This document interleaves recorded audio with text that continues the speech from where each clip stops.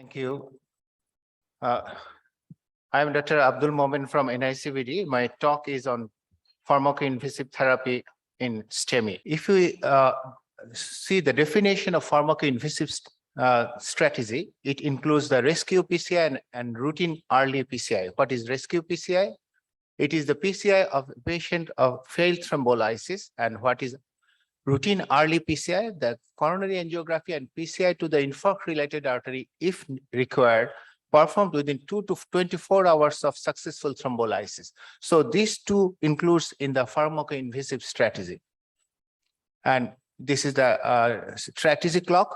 After the diagnosis of STEMI, if the primary PCI can be done within 120 minutes, it is primary PCI strategy. But if it cannot be done within 120 minutes, fibrinolysis, shift the patient to the PCI center, and if fibrinolysis is X, we should go for routine early PCI, and if fibrinolysis fail, it is the rescue PCI. And both this rescue PCI and early PCI is in the pharmaco-invasive strategy. What is the guideline? We should shift our patient as early as possible to the PCI center, and for rescue PCI and for patient with presence of hemodynamic or electrical instability and arsenic ischemia, it is class 1 recommendation. And this is very important. The next one, the angiography and PCI of infarct-related artery, if indicated, is recommended between 2 to 24 hours of successful thrombolysis. It is also class 1 recommendation. So what is the rationale of pharmaco-invasive therapy? Many patients have persistent reduction in flow in the infarct-related artery after thrombolysis, and there is a risk of reinfarction.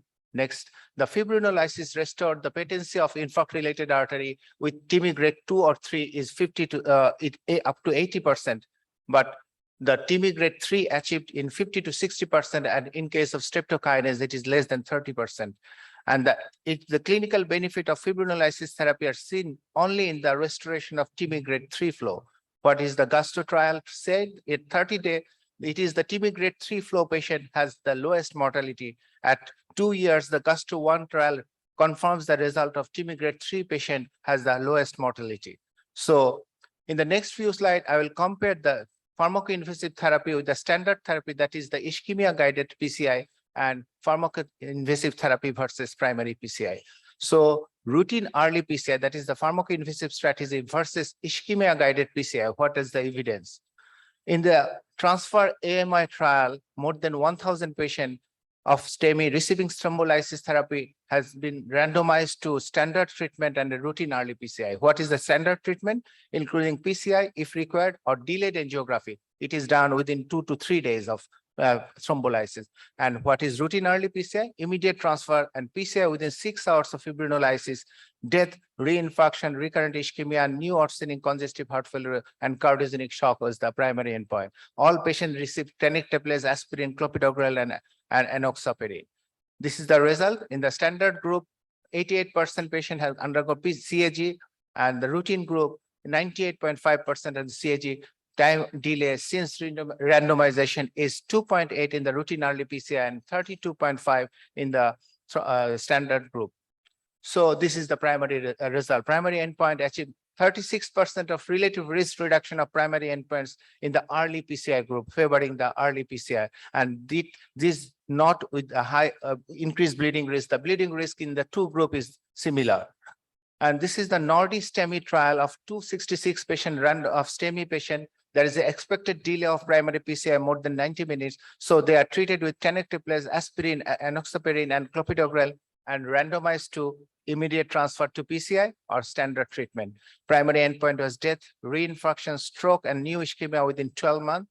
The primary endpoints did not differ in these two groups, but if we took only the death, reinfarction, and stroke, it is lower in the early PCI group. And this is a meta-analysis of 8 trials, including the transfer AMI, Nordic STEMI, and the patient is more than 3,000, comparing these two strategy and the combined endpoints of 30-day mortality, reinfarction, and ischemia.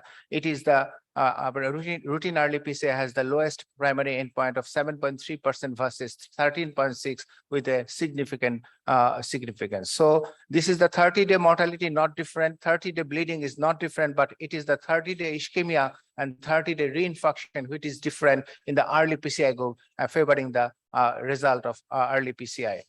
So now the pharmaco-invasive versus the primary PCI. This is an extreme trial of more than 1,800 STEMI patient presented 3 hours, unable to undergo primary PCI within 1 hour. These patients are randomly assigned to a primary PCI or fibrinolytic therapy with tenecteplase, clopidogrel, and aspirin, and transferred to a PCI-capable center. In the pharmaco-invasive group, the emergency coronary angioplasty in failed thrombolysis, but in other cases, it is done within 6 to 24 hours of fibrinolytic therapy. The primary endpoint, death, shock, congestive heart failure, reinfarction up to 30 days. And the primary endpoint is not different in these two groups. So a patient, STEMI patient, if he presented and the primary PCI cannot be done within 1 hour, there is no difference whether we give the primary PCI to him or a fibrinolytic therapy followed by pharmaco-invasive PCI is all the same. But it is not the same. The bleeding risk is higher in the fibrinolytic groups, but they adjusted their protocol. They are not giving the protocol was amended in 75 years and older patient. Tenecteplase was then reduced to half dose, and after amendment, there is no difference in intracranial hemorrhage. So, and the all-cause mortality after adjustment is not different in this two group, and the all cardiac mortality is not different. So, there is another trial. This is the early Mayo trial. Here is the prospective multicenter randomized non-inferiority trial, pharmaco-invasive therapy versus primary PCI in STEMI patient less than 6 hours, less than 75 years older. The primary endpoint is complete epicardial and myocardial reperfusion after PCI, defined as STEMI grade 3, myocardial perfusion grade 3, and the ST segment resolution more than 70%.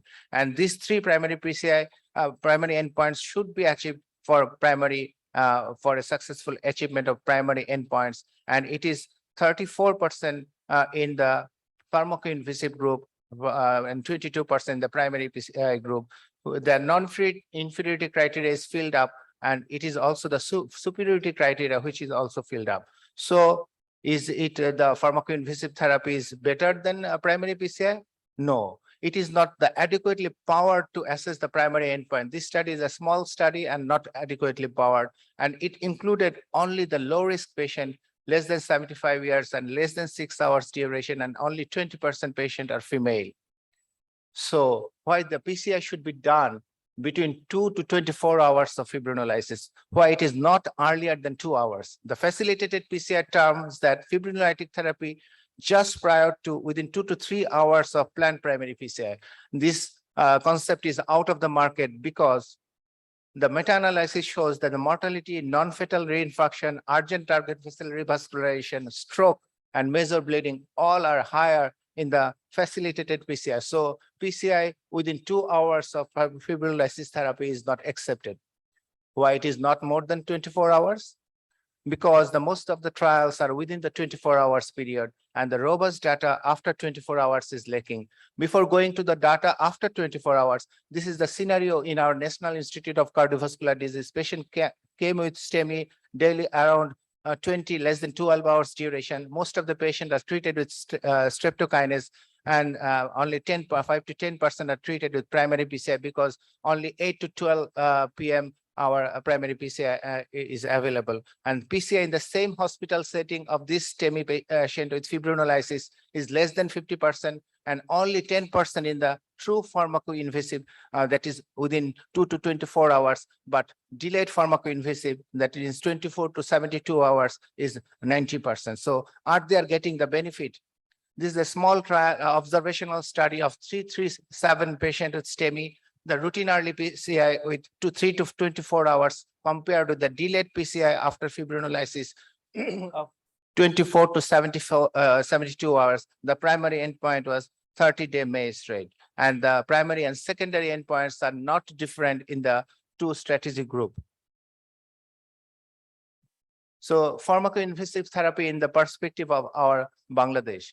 This is the PCI center in Bangladesh, but the primary PCI center is available only in Dhaka and Khulna and 3 centers in Chittagong. So the furthest district of Tetulia, Panchgod, the patient come with a STEMI, he can go to the Dinajpur Medical College for STEMI and symbolize, and then for primary pharmaco-invasive strategy with 9-hour journey to Dhaka, and then he can perform the pharmaco-invasive strategy very good. So, but in the busy schedule of Dhaka city, in the 10-kilometer distance from Mitford Hospital to NICVD may take 1.5 hours. So a patient with STEMI in Mitford Hospital, where there is a PCI center but not primary PCI, they can give the thrombolytic therapy, and on the next day they can arrange the pharmaco-invasive therapy in their hospital, or immediately they can be transferred to NICVD or another primary PCI center where they can perform the